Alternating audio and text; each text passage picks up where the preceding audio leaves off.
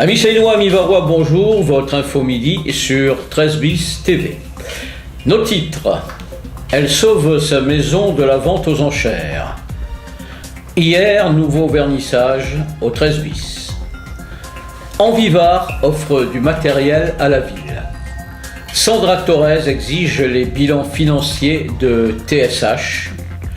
Notre invité du jour, Lucha Dassa, et la météo. Alors on critique souvent les réseaux sociaux, les taxant de toutes sortes de mots. Même les journalistes reprochent aux diffuseurs de nouvelles de ne pas avoir d'éthique et de ne pas vérifier leurs sources. Mais parfois ces réseaux ont du bon. La preuve, une vente aux enchères aurait dû, le 23 octobre dernier, sonner le glas des espoirs d'Hélène Richard. Cette Mandréenne avait vu sa maison saisie par la banque pour défaut de paiement de mensualité depuis 2012. Mais elle décida de lutter et depuis 2 mois avait lancé une pétition sur les réseaux sociaux. En quelques semaines, 40 000 signatures avaient été obtenues sur sa page. Sa banque, cédant à la pression, décida de discuter en privé avec elle. Devant le succès obtenu par sa pétition, la justice avait décidé d'accorder à Hélène Richard 1 an de sursis. Hier soir au 13 bis, nouveau vernissage photo, Olivier Panicot et Emmanuel Bavou exposaient. Voici les images de la fête et l'interview des 2 artistes. Images Michel Chapier. Olivier Panicot, bonjour. Bonjour. Alors vous avez 41 ans, vous êtes photographe, entre autres, et vous exposez ce soir au 13 bis. Expliquez-nous votre approche de la photographie. Alors, pour cette série-là en tout cas, c'est une série photographique faite à partir de téléphones portables. Voilà.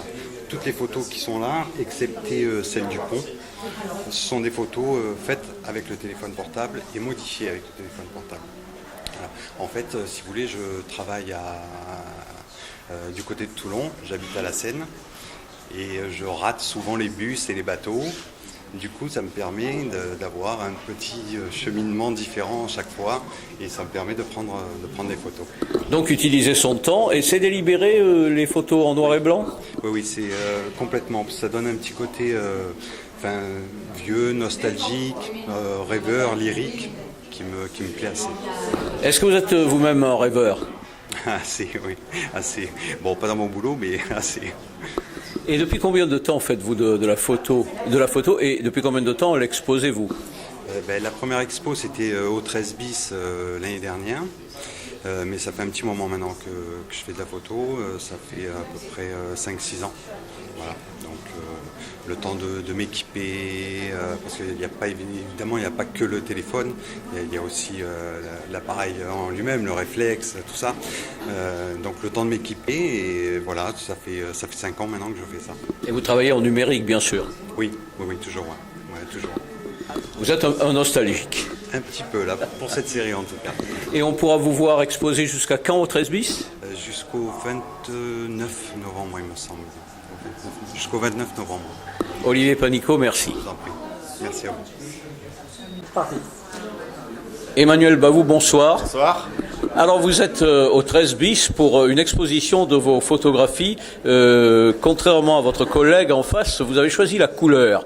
Et vous avez choisi la nuit, souvent la nuit, ou du moins cette atmosphère dont je disais qu'elle était pour en face aussi un peu glauque, un peu... Glauque, je sais pas, mais après, ouais, c'est urbain, c'est un peu solitaire, c'est vrai qu'il n'y a pas beaucoup de personnages dans nos photos, donc c'est ça aussi qu'on a en commun. Et oui, c'est beaucoup de nuit, alors après, ça peut être, comment dire... nostalgique un peu, oui un peu. Voilà, c'est aussi un autre point qui vous relie la nostalgie.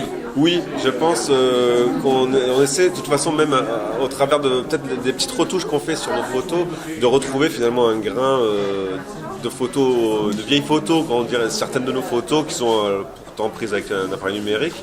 Finalement, qui sont très détaillés, etc. à la base, finalement, on a envie de les salir un peu, je crois, tous les deux, et de les rendre un peu vieillis, de leur donner une petite patine. Quoi. Un petit retour sur le passé, mais avec des instruments modernes en définitive. Exactement, c'est ça c'est ça qu'on fait. Je pense qu'on n'a pas trop réfléchi à ça, parce que d'ailleurs, on s'est jamais concertés tous les deux, mais je crois que c'est justement Muriel du 13 bis, parce qu'on a déjà exposé ensemble, qui avait vu nos travaux l'analogie séparément, et qui nous avait dit, il y a déjà l'année dernière, dans les autres locaux, qu'elle avait organisé une expo commune, parce qu'elle avait vu des points communs entre nous. Voilà, vous avez des points communs, mais effectivement, vous avez aussi des personnalités différentes, bien entendu. Et depuis combien de temps vous faites-vous des photos à l'exposition, je parle? À l'exposition depuis 2010-2011. Voilà, depuis, ça fait pas très longtemps. Ça fait 4-5 ans moi, que je me suis mis un peu à la photo de manière un petit peu sérieuse si on veut, quoi, mais par hasard finalement. Et j'expose, depuis 3-4 ans. Et vous avez encore des dates après cette expo? Oui, là, c'est très bientôt. C'est je sais plus si c'est 14, 15 ou 15 et 16 novembre. Il y a le supermarché de l'art à Toulon, qui va se passer à Toulon. Et donc là, il y a une centaine d'artistes représentés, etc. Donc c'est un concept avec les gens qui peuvent fouiller un peu dans des bacs, etc. Il y aura de la peinture, de la photo, du dessin, plein de choses. Et donc je serai présent aussi au supermarché de l'art à mi-novembre, 15 et 16 novembre. Merci Emmanuel et à très bientôt. Merci à vous. Au revoir. Envivart, par son antenne seinoise, a ouvert ses portes, comme nous vous le disions hier, aux élus et aux responsables d'associations d'insertion. Les ateliers et magasins se trouvent chemin du Floréal et ouvrirent voici 19 ans déjà. Le réseau national regroupe 49 entreprises d'insertion conventionnées dans l'Hexagone qui sont formatrices de 2000 personnes encadrées par 600 salariés permanents, professionnels du recyclage et 400 bénévoles qui assurent la quotidienneté du réseau. Claude Grassulot et Xavier Receveur, président et directeur de la section de la Seine, ont remis au maire et à l'adjointe chargée du CCAS 3 appareils recyclés et garantis qui serviront aux services d'aide municipaux. Sandra Torres, conseillère municipale d'opposition, se dit atterrée par le spectacle navrant qu'ont donné les élus de la majorité lors de la procédure d'expulsion d'une locataire à Berthe. Elle demande à Terre du Sud Habitat les bilans financiers de l'office dans le cadre de la transparence. La conseillère municipale UMP se dit aussi inquiète par les propos tenus par M. Gavory, président de TSH, concernant la possible mise en redressement judiciaire de l'office. Et elle rajoute que l'opposition municipale avait souhaité participer au conseil d'administration de l'office, mais que cette demande n'avait pas été retenue. Lucia Dassa, en visite dans nos studios hier, est venue nous parler de son festival de cinéma dont le thème central sont les femmes. Voici cet entretien. Aujourd'hui, 13 bis TV reçoit Lucia Dassa. Lucia Dassa, on la connaît depuis fort longtemps. C'est l'organisatrice, une des organisatrices principales du festival du cinéma Portrait de femmes. Cette année, le thème en est l'absence. Absolument. Alors, voulez-vous nous parler de cette absence qui doit être bien présente sur nos ondes aujourd'hui? Absolument. Donc, on a décidé de travailler sur l'absence. Donc, c'est le thème de ce festival. Et c'est l'absence dans tous ses sens.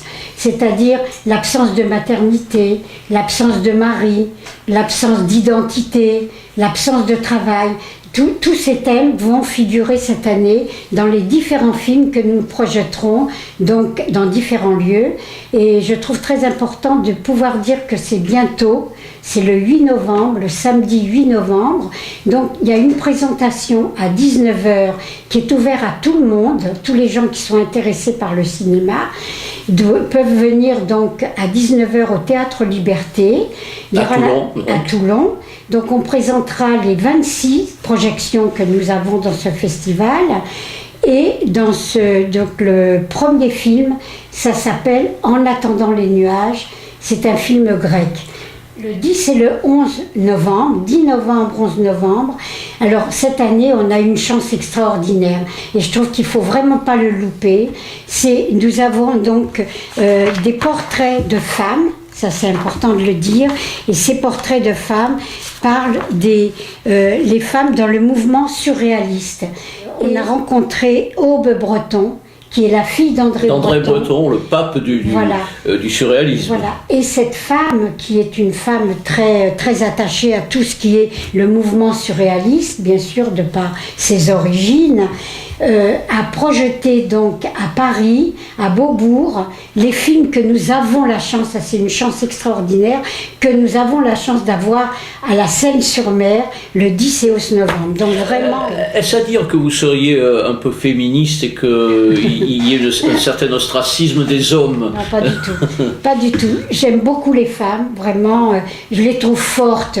Je trouve qu'elles sont souvent à l'origine de certaines situations et qu'elles entraînent peut-être les hommes dans leurs histoires. Donc ils peuvent venir. Ah oui, alors il y a beaucoup d'hommes d'ailleurs, hein, vraiment depuis quelques années, moi je suis très étonnée, il y a beaucoup d'hommes qui viennent dans nos festivals. Alors on rappelle peut-être l'ouverture du festival le 8 place de la Liberté, au Théâtre Liberté, et ensuite en ce qui concerne le rendez-vous saïnois, 10 et 11 à Apollinaire. Et ensuite, ça sera le 1er décembre, l'ouverture définitive, donc du 1er décembre au 6 décembre, à la Seine-sur-Mer. Donc tout le monde peut trouver le programme, il est dans différents lieux, donc vraiment chez vous au 13 bis bien sûr. Et ailleurs. Et les réservations? Alors, là, à ce jour, j'ai 900 réservations. Elles se font où? Les réservations se font à la Seine-sur-Mer au Transborder ou à la Maison d'Épices, avenue de la République. À Toulon, ça se fait à la Paille-et-Lausier, qui est cours Lafayette, ou au Carré des Mots, c'est une librairie qui prend aussi nos réservations. À Sanary, à Sifour. À Sanary, c'est Optique Lucie. Et à Sifour, c'est aussi Optique 2000. Eh bien, Lucia Dassa, on vous remercie et on aura très certainement l'occasion de se revoir pour ce quantième festival 13e festival. Et j'aimerais quand... Notre météo du jour, vous aurez constaté quelques brumes et un peu de grisaille au lever du jour. Vent faible, température maximum toujours au-dessus de la normale, 19 à 21 degrés. La phrase du jour, ce n'est pas parce qu'un amour est éperdu qu'il est perdu pour tout le monde. C'était Info Midi sur 13 bis TV, réalisé et mis en ligne par Julien Delucy et présenté par votre serviteur Marcel Logier. Amis Seinois, amis Varois, bonne journée et à demain.